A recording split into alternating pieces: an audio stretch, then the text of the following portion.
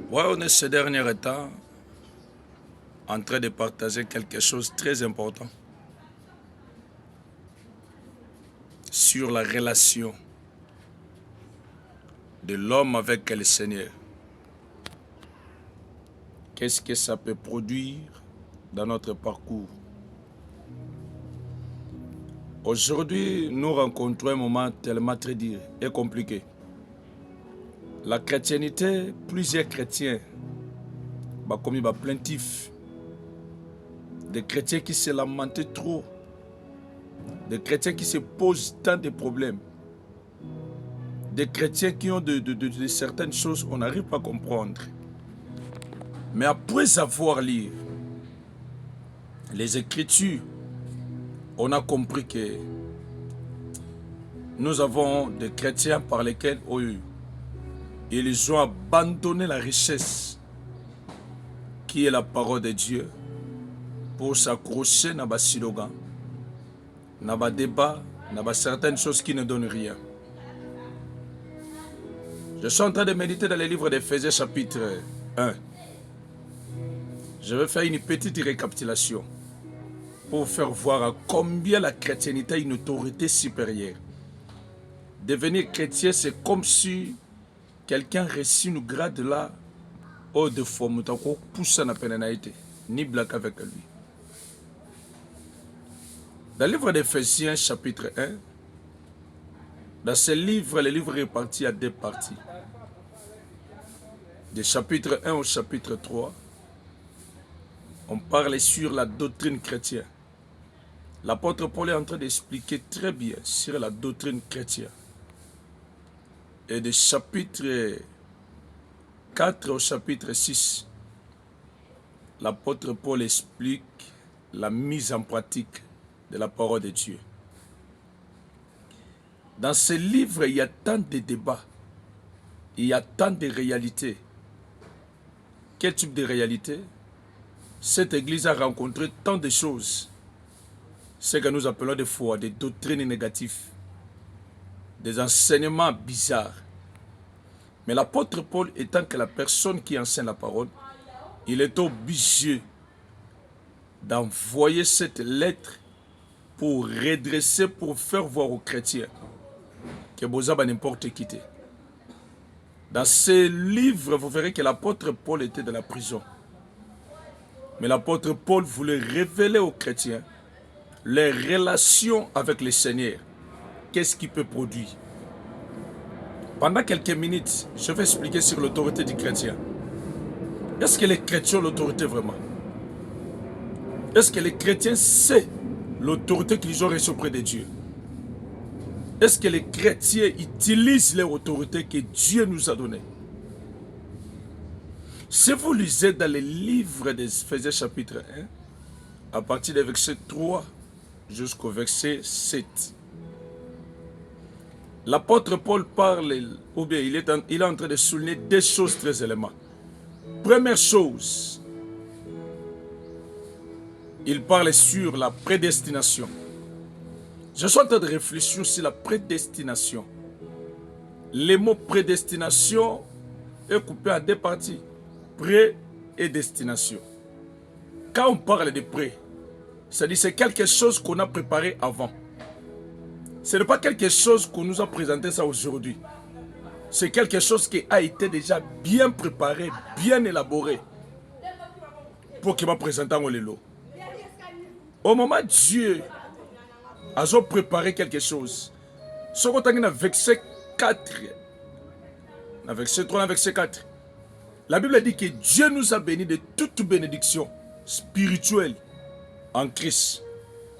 J'ai vu la bénédiction de Dieu, mais il a pris cette bénédiction, il a déposé ça à un homme, Jésus. Maintenant, la Bible dit que maintenant, dans le verset 4, en Jésus, nous étions déjà élis. C'est-à-dire le fait de croire en Jésus-Christ, le fait d'appartenir en Jésus, nous sommes un peuple élu. Or, le mot élu, c'est le mot par lequel on parle sur élection, ou sélectionné, ou choisi. C'est-à-dire nous sommes un peuple choisi par Dieu et non par les hommes. Ce n'est pas l'homme qui était allé chercher Dieu. Ce n'est pas l'homme qui a fait des méthodes, des mécanismes. Parce qu'aujourd'hui, il y a des méthodes qui sont établies pour chercher Dieu. L'homme fait les efforts. Or, nous ne sommes pas les animistes. Parce que les animistes, ce sont des types de personnes. Oh, bah, mon ensemble, comme musique, on va créer des méthodes pour atteindre un ensemble. Or, toutes les méthodes que l'homme avait placées, et tu n'as jamais atteindre un ensemble. Il y a des méthodes de prophétisme, mauvaise manière de prophétisme. Il y a quelqu'un qui est là, les gens vont passer pour que, parce que, c'est bien.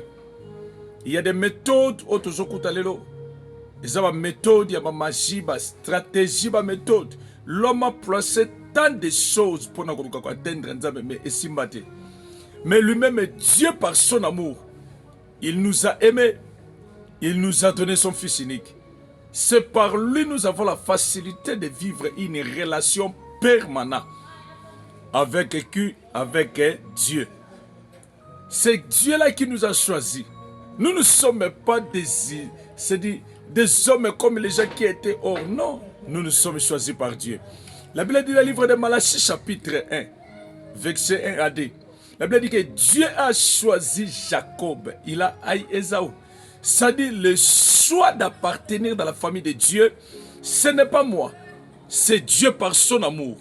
Il a voulu que Samuel puisse appartenir dans sa famille. Au moment où nous sommes choisis, la Bible dit, vous êtes choisis pour être de qui? Pour être des saints et des irréprochables. Quand la Bible dit que nous sommes sélectionnés ou élus pour être irréprochables et saints, c'est-à-dire au moment Dieu, par son amour, il m'a choisi. Directement, il m'a compté comme saint, comme juste.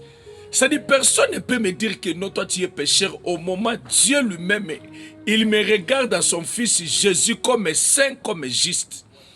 C'est que par là, je voulais dire que non, l'homme qui était pécheur, mais en Christ, Dieu nous voit dans la pureté et de la sainteté. C'est-à-dire, quand Dieu me regarde, il ne me regarde pas dans l'impureté. Dieu me regarde dans la sainteté. Ça dit, je suis obligé, tu es obligé de marcher digne dans la pureté, dans la sanctification, parce que la sanctification est devenue même notre vie en Jésus-Christ. Ça, c'est le premier lien dans la prédestination. La deuxième chose, la Bible dit, je crois, le verset 4 et le verset 5, ainsi que le verset 6. La Bible dit que nous étions déjà adoptés, les fils et les enfants adoptifs. Or, si vous regardez très bien, vous lisez les mots adoptif, adopté. Or, le mot adoption vient du mot adopté. C'est-à-dire, c'est quelqu'un, je suis en train de lire sur le code de la famille. Vous verrez que sur code de la famille, code 68, 69, 18, 19, 20, code de la famille. On parle de la manière que cette marche d'adoption se fait. On dit que Oya Zua comme apesa mwana na motozo pona ko adopter. La personne qui va adopter le fils, il faut assurer na mwana wana, assurer un endroit bien approprié. Il faut assurer que mwana wana a mal l'hésiter. Il faut bâtir na ba conditions où ils sont normales. Directement, je suis en train de réfléchir. Si Dieu nous a adoptés étant que des fils, si un homme peut préparer un endroit pour nous coacher mon adoptif, moi ne pas bénéficier d'affection. Directement, je comprends que Jésus-Christ, ou bien notre Dieu, a la possibilité de choisir un endroit bien approprié pour celui qui l'a adopté. Le fait d'appartenir dans la famille de Dieu, nous sommes le fils adoptif. Directement, nous avons raison de vivre, d'être placés dans des conditions meilleures avec le Seigneur. C'est de là que nous donne l'autorité, le pouvoir de vivre l'excellence vie bénie en Jésus. C'est-à-dire en Jésus, nous ne sommes pas comme des ramassis. Nous ne sommes pas comme des enfants de la rue. Maintenant, nous sommes des fils de la maison. Nous partons dans la maison de Dieu. C'est-à-dire, c'est un homme, la Bible dit, le livre de Luc, chapitre 11, je crois le verset 13. C'est des mauvais super comme l'être. Il s'est donné de bonnes choses à ses enfants. À combien plus forte raison notre Dieu. C'est-à-dire, notre Dieu a raison de nous choisir. Et il a cet droit. Parce que si vous lisez dans le domaine des mots adoption, vous verrez que la personne qui vient pour adopter doit préparer. Il ne peut pas venir prendre l'enfant d'autrui pour le placer dans un endroit, il y a bololo, yangaï. Non, cet enfant doit bénéficier de cette maison-là. Il a droit de bénéficier de tout ce qui est comme richesse dans la maison de cet homme-là, où il a adopté. Maintenant, à combien plus forte raison, nous les enfants de Dieu, nous qui ont été adoptés par le Seigneur, par le Dieu, le créateur de toutes choses, le Dieu qui a créé tout, le Dieu qui a fait tout, tout lui appartient. Et nous devons être aujourd'hui, des fois comme aujourd'hui parle, c'est comme si la pauvreté dans les malheurs, non. Moi je suis contre, je le dis chaque fois que je suis contre. Contre quoi? Que vivre dans la famille de Dieu, en vivant en étant pauvre, en étant malheureux, en étant quelqu'un qui est plaintif, en étant quelqu'un qui est en train, c'est comme si nous sommes en train d'avoir le diable qui est supérieur. Or, ce n'est pas ça. Or, nous appartenons dans la famille de Dieu, nous sommes dans la maison du Père. C'est que même la condamnation, la sorcellerie, la malédiction, tous ces mots-là n'ont pas des effets parce qu'aucun homme, il peut permettre que quelqu'un vienne menacer un enfant dans sa maison et que lui croise les bras. C'est-à-dire, on ne peut jamais permettre ni autoriser. Que notre Dieu ne peut jamais autoriser. Et je le déclare dans la vie de quelqu'un, celui qui m'écoute, celui qui écoutera ce message.